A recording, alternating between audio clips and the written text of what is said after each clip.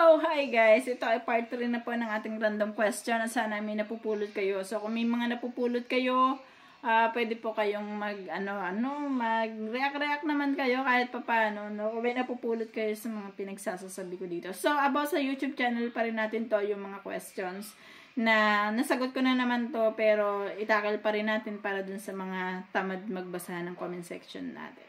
Okay? Okay. So, next natin, nagbabayad din daw ba kami ng water and electricity bill dito sa Czech Republic? So, kapag po kayo ay free accommodation, hindi po kami nagbabayad ng electric and water or gas bill dito sa Czech Republic. So, kung ano yung bayad namin sa accommodation, yun lang po yung bayad namin. Pero, guys, may pero ha.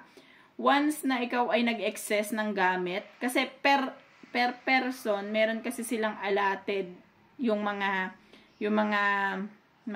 nagpapaupa dito, may allotted siya per person. For example, ang isang tao dapat makagamit lang per day ng 90 cubic liters na tubig.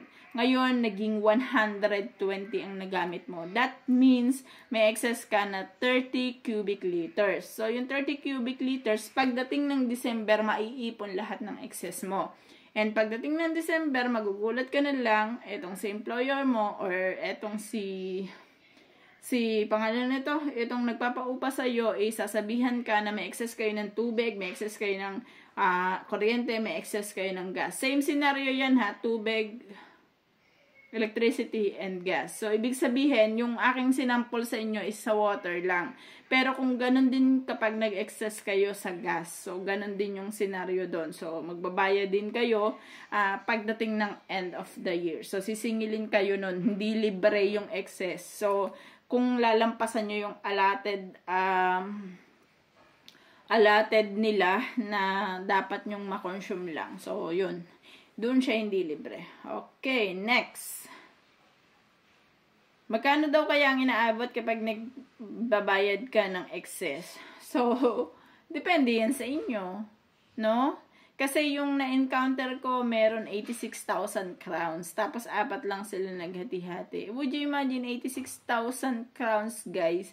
Tapos, 4 lang kayo maghati-hati. So, magkano yung tig to 20,000 crowns? Magkano 20,000 sa Pilipinas? Nasa 45 na yan in peso. So, mag-ingat kayo sa paggamit. Tapos, kung meron kayong bulagsa na kasamahan sa paggamit, so, sabihan nyo rin kasi impact niyan kayo lahat magbabayad.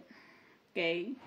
So, kapag daw ba magpapa-apostil ng NBI clearance, pwede daw ba yung resibo muna? So, hindi po pwede. Kasi ang mismong NBI nyo po, ang i-apostil, paano po nila i-apostil yun kung walang NBI nyo? So, useless ang resibo.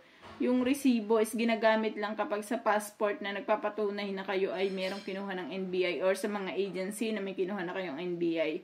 Pero dito po sa pagpapa-apostil, kailangan talaga apostil yung inyong, yung NBI nyo talaga ang dala nyo. Kasi yun yung babaguhin Yun yung tatataka na apostil. Yun yung iibahin yung version at gagawing apostil. Hindi po siya po pwede. Okay. Next requirement sa pagkuha ng NBI apostille. Okay. Requirements niya, mag-xerox kayo ng 3 copy ng passport, 3 copy ng NBI clearance nyo, and yung bayad nyo. So, magdala rin kayo ng ID. Yung bayad nyo, 200 kung expedite, ibig sabihin nagmamadali. 100 kung hindi naman nagmamadali. Tapos, mag-appointment pa kayo ng inyong visa, ng inyong NBI apostille. So, sa DFA yan ginagawa. So, depende kung saang DFA kayo malapit. Ako kasi DFA Muntinlupa before. So, isearch nyo na lang yan kay Mr. Google kung saan kayo pwedeng magpa-apostille ng inyong NBI. Okay, next. Ano daw yung mga bawal dalhin na ilagay sa maleta? Okay. Wala namang bawal kapag sa maleta. So, magdedepende kasi yan sa airlines nyo. So, yung mga matutulis na bagay, yun, mga baril, syempre, matik na yun, bawal po yan. Pero yung mga pagkain, hindi naman siya bawal. Wag lang siya maamoy ni K9. or ng mga dog, nila, officer. Yan. So, yun lang. Wala namang bawal. So far, walang bawal. Kasi may makakadala ka nga ng rice cooker, ng mantika, ng bigas dito sa Czech Republic eh. Pero kung para sa akin, dito na kayo bumili niyan. Kasi meron din naman dito. So, ang dalahin nyo yung mga mamimiss nyo dyan sa Pilipinas. Like yung mga sinigang mix, mga ganon. So, yun yung dalahin nyo. Kasi yung rice cooker, malaki ang kaya ng space nun. Tapos yung bigas o yung mantika. Meron kasi ako dati kabatch na. Nagdala siya ng mantika. So, meron naman siya dito. So, dito kasi mura lang ang mantika. So, ako nakakabili ako ng 32 crowns.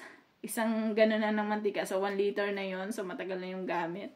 So, no need nyo nang magdala ng mga gano'n na taco space. Andalhin nyo yung mga mamimiss nyo dyan sa Pilipinas. Mga star margarine kasi mga wala nyan dito. Rino, yung mga gano'n. Yung mga cheese. Mga gano'n. Yan yung mga dalahin nyo. Kasi yan yung kapag binili mo sa Pinay store, medyo pricey. So, for me So, it depends pa rin sa inyo. Okay. So, kung may nagtatanong pala sa inyo about dun sa appliance, so marami na po ako nagawa na video about sa appliance. At actually, meron din po akong ginawa na para lang sa pag-apply. So, hanapin nyo na lang guys sa aking mga playlist. So, yun lamang. So, ano pa ba? Paano po kung TNT ka sa Czech Republic? Guys, ito palang unang tanong. Paano daw kung TNT siya sa Czech Republic? TNT sa Czech Republic, ang pinakamahirap nyong gagawin dito sa Czech Republic. Okay? Mag-TNT po dito dahil mahigpit po ang Czech Republic sa TNT. Hindi po siya kagaya ng Italy, hindi siya kagaya ng France na hindi ganun kahigpit pagdating sa TNT or undocumented. Ang Czech Republic po ay mahigpit. Once po na kayo ay mahuli ng Czech Republic, kayo po ay uwi ng Pilipinas within ilang days lang. So, hindi po kayo aabuti ng week. At makukulong po kayo dito habang inaayos ang inyong mga dokumento. Okay? So, yan po ang pinakamahirap na gawin nyo dito sa Czech Republic. Okay, sabi niya, paano kung TNT sa Czech Republic tapos nag-surrender ka at umuwi ka na sa Pinas? Pwede po ba mag-apply sa ibang lugar sa Europe? Cover ng Schengen visa? Okay. Pwede po. Within 5 months na nahuli kayo dito sa Czech Republic, umuwi po kayo, pwede pa rin po kayo makabalik sa ibang part ng Europe. Actually, pwede nga rin kayo makabalik dito sa Czech Republic eh. Basta within 5 months at saka valid yung reason nyo. So guys, it depends minsan sa reason. Minsan kasi 2 months lang kasi ang bibigay nila, 'di ba? So pag natanggal kayo sa trabaho, bibigyan lang kayo ng 2 months para makahanap ng work. Ngayon, kung hindi kayo makahanap ng work, uwi po kayo ng Pilipinas. Uwi po kayo ng Pilipinas. Ngayon, pag nakauwi po kayo ng Pilipinas, automatic po yun na within 5 months, pwede po kayong maka-apply ulit dito sa Czech Republic kung kayo ay nag-TNT. Pero kung hindi kayo nag-TNT, tapos umuwi agad kayo na hindi pa po paso yung binigay ni immigration na 2 months, so may possibility pa po kayo na makabalik agad dito. So, apply ulit agad kayo, ganun. Yun. Anyway, yun lamang. So, maraming salamat po sa ating napakagandang topic ngayong araw na to. So, random question and answer lang tayo kasi medyo not feeling well. I'm not okay. So, kaya dyan lang ako kumuha ng topic sa inyong mga question para masagot po natin ng maayos. Anyway guys, maraming salamat po and have a nice day to you.